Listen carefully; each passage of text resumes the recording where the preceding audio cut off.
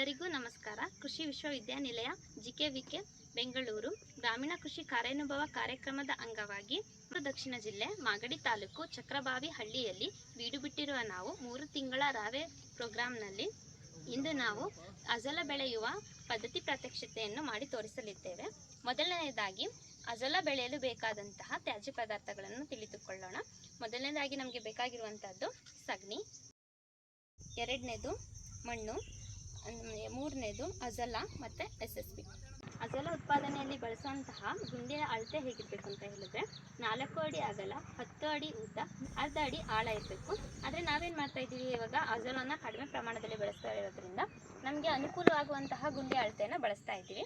ಈ ಗುಂಡಿಯಲ್ಲಿ ಒಂದು 5 kg ಅಷ್ಟು ಹಸುವಿನ ಸಗಣಿಯನ್ನು ಏನು ಮಾಡ್ತೀವಿ, ನೀರಿನಲ್ಲಿ ಮಿಶ್ರಣ ಮಾಡಿ ಹಸುವಿನ ಸಗಣಿಯ ಬೊಗಡ ಥರ ಮಾಡಿ ಅದ್ರ ಜೊತೆ ಒಂದು ಹೊಲದಲ್ಲಿ ಸಿಗುವಂತಹ ಮಣ್ಣನ್ನು ಅದ್ರ ಜೊತೆ ಮಿಶ್ರಣ ಮಾಡಿದ್ದೀವಿ. ಮಿಶ್ರಣ ಮಾಡಿ ಪೂರ್ತಿ ಅದನ್ನು ನೀರಿನಲ್ಲಿ ಮಿಶ್ರಣ ಮಾಡಿ ಈ ಥರ ಬೊಗಡವನ್ನು ತಯಾರಿಸಬೇಕು.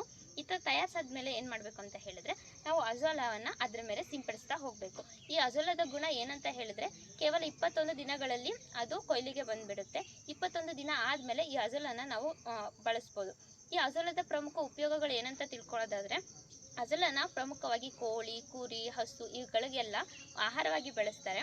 ಈ ಹಸುಗಳಿಗೆಲ್ಲ ಏನು ಮಾಡ್ತಾರೆ ಅಂತ ಹೇಳಿದ್ರೆ ಪ್ರಾರಂಭದಲ್ಲಿ ನೇಪಿಯರ್ ಮೇವಿನ ಬೆಳೆ ಆಗಿರ್ಬೋದು, ಬೇರೆ ಥರ ಮೇವಿನ ಬೆಳೆಗಳ ಜೊತೆ ಮಿಶ್ರಣ ಮಾಡಿ ಬಳಸ್ತಾ ಹೋಗ್ತಾರೆ. ಅಂದರೆ ಒಂದು ದಿನಕ್ಕೆ 100 ಗ್ರಾಮ್ 200 ಗ್ರಾಮ್ ಮಾತ್ರ ಬಳಸ್ತಾ ಹೋಗ್ತಾರೆ. ನಂತರ ಒಂದು ದಿನಕ್ಕೆ 2 kg ಅಷ್ಟು ಹೆಚ್ಚಿಸ್ತಾ ಹೋಗ್ಬೋದು. ಈ ಕುರಿ ಕೋಳಿಗಳಿಗಾದರೆ 100 ರಿಂದ 150 ಗ್ರಾಮ್ ಅಷ್ಟು ಒಂದು ದಿನಕ್ಕೆ ಕೊಡಲಾಗುತ್ತೆ. ಈ ಅಜಲವನ್ನು ಇನ್ಯಾವ ಥರ ಬಳಸ್ಬೋದಪ್ಪ ಅಂತ ಹೇಳಿದ್ರೆ, ಭತ್ತದ ಗದ್ದೆಗಳಲ್ಲಿ ಏನು ಮಾಡ್ತಾರೆ, ನೀರು ನಿಲ್ಲುತ್ತಲ್ವ, ಆ ನೀರು ನಿಲ್ಲೋ ಜಾಗದಲ್ಲಿ ಈ ಅಜಲವನ್ನು ಹಾಕ್ತಾರೆ. ಈ ಅಜಲ ಯಾವಾಗಲೂ ನೀರು ಜಾಸ್ತಿ ನಿಲ್ಲೋ ಕಡೆನೇ ಚೆನ್ನಾಗಿ ಬೆಳೆಯೋದು. ಅಲ್ಲಿ ಬೆಳೆದಾದ್ಮೇಲೆ ಏನು ಮಾಡ್ತಾರೆ, ಅದನ್ನು ಮಣ್ಣಿನ ಜೊತೆ ಮಿಶ್ರಣ ಮಾಡಿಬಿಡ್ತಾರೆ. ಅದಾಗೋದ್ರಿಂದ ಮಣ್ಣಿನಲ್ಲಿರುವ ಪೋಷಕಾಂಶಗಳು ಜಾಸ್ತಿ ಆಗುತ್ತೆ. ಇದನ್ನು 2 ರೀತಿಯಾಗಿ ಬಳಸ್ತಾರೆ. ಒಂದು ಮೇವಿನ ಬೆಳೆಗಳ ಮೇವಿಗೋಸ್ಕರ, ಹಸುವಿನ ಮೇವಿಗೋಸ್ಕರ, ಮತ್ತು ಇನ್ನೊಂದು ಅಂತ ಹೇಳಿದ್ರೆ ಹೊಲದ ಪೋಷಕಾಂಶಗಳನ್ನ ಹೆಚ್ಚಿಸೋಕೆ ಬಳಸ್ತಾರೆ. ಮತ್ತು ಈ ಅಜಲ ತಯಾರಿಕೆನ ಯಾವ್ಯಾವ ಥರ ಮಾಡ್ಬೋದು ಅಂತ ಹೇಳಿದ್ರೆ, ಒಂದು ನಾವೇನು ಮಾಡಿದ್ದೀವಿ, ಇದು ತೊಟ್ಟಿ ಅಂದರೆ ಗುಂಡಿಯಲ್ಲಿ ಮಾಡಿರೋದು. ಇನ್ನೊಂದು ಯಾವ ಥರ ಮಾಡ್ಬೋದು ಅಂದರೆ ತೊಟ್ಟಿಯಲ್ಲಿ, ಅಂದರೆ ಸಿಮೆಂಟ್ ತೊಟ್ಟಿ ಇಟ್ಟುಕೊಂಡಿರ್ತಾರಲ್ಲ, ಆ ಸಿಮೆಂಟ್ ತೊಟ್ಟಿಯಲ್ಲೂ ಕೂಡ ನಾವು ಮಾಡ್ಬೋದು. ಈ ಥರ ಗುಂಡಿಯಲ್ಲೂ ಕೂಡ ತಯಾರಿಸ್ಬೋದು. ಹೆಚ್ಚಾಗಿ ಈ ಥರ ಗುಂಡಿಯಲ್ಲಿ ತಯಾರಿಸಿ ಕೂಡ ಬಳಸ್ತಾರೆ. ಮತ್ತು ಇದರಲ್ಲಿ ಪ್ರಮುಖವಾಗಿ ನಾವೇನ ಅನುಸರಿಸ್ಬೇಕು ಅಂತ ಹೇಳಿದ್ರೆ, ಇದು 10 ರಿಂದ 15 ದಿನಕ್ಕೊಮ್ಮೆ ಈ ನೀರನ್ನ ಬದಲಾಯಿಸೋದು, ಅಥವಾ ಇದು ನೀರೆಲ್ಲ ಏನೋ ಕೊಳ್ತಂಗೆ ಕಾಣಿಸಿದ್ರೆ ಸಗಣಿನ ಮಣ್ಣನ್ನು ಬದಲಾಯಿಸೋದು, ಈ ಥರ ಮಾಡ್ಕೊಂಡು ಹೋದಾಗ ಮಾತ್ರ ಈ ಅಜೋಲ ಉತ್ಪಾದನೆಯಲ್ಲಿ ನಾವು ಪ್ರಮುಖವಾಗಿ ಪ್ರಯೋಜನ ಪಡಿಬೋದು.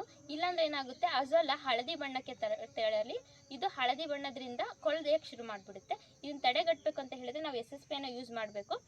ಇವಾಗ ಅಜೋಲ ಗುಂಡಿ ತಯಾರಾಗಿದೆ. ಮೊದಲನೇದಾಗಿ ಅಜೋಲವನ್ನು ಅದ್ರ ಮೇಲೆ ಸಿಂಪಡಿಸಬೇಕು. ಇದು ಒಂದು ಹಸಿರು ಶೈವಲದ ಜಾತಿಗೆ ಸೇರಿದ್ದಾಗಿದೆ.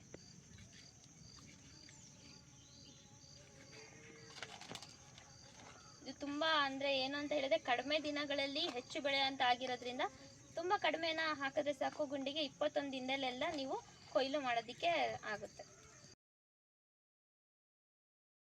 ಅಜೋಲ ಹಾಕಾಯ್ತು. ಇದಕ್ಕೆ ಏನು ಮಾಡಬೇಕು ಅಂತ ಹೇಳಿದ್ರೆ ಸಿಂಗಲ್ ಸೂಪರ್ ಫಾಸ್ಫೇಟ್ನ 100 ರಿಂದ 150 ಗ್ರಾಮ್ ಅಷ್ಟು ಹಾಕಬೇಕು. ಇದೇನು ಮಾಡುತ್ತೆ, ಅಜೋಲ ಹಳದಿ ಆಗೋದನ್ನ ತಡೆಗಟ್ಟುತ್ತೆ ಮತ್ತು ಪೋಷಕಾಂಶಗಳನ್ನ ಕೂಡ ನೀಡುತ್ತೆ. ಇನ್ನು 20 ದಿನ ಬಿಟ್ಟು ನೋಡೋಣ, ಇದನ್ನು ಕೊಯ್ಲು ಮಾಡ್ಬೋದು.